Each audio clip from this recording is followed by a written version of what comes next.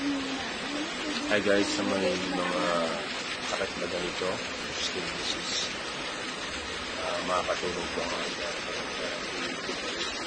so hindi lang siya basta i-video lang. May paraan po kung paano kasi matagal na siyang nagtitake ng mga reseta sa kanya para sa sakit ng sa skin. So hindi nagbabago, kumbaga parang maintenance lang para hindi masyadong lumala.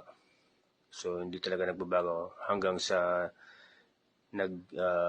gumamit po siya ng therapy device. So weeks lang po yun, wala pang isang buwan yan.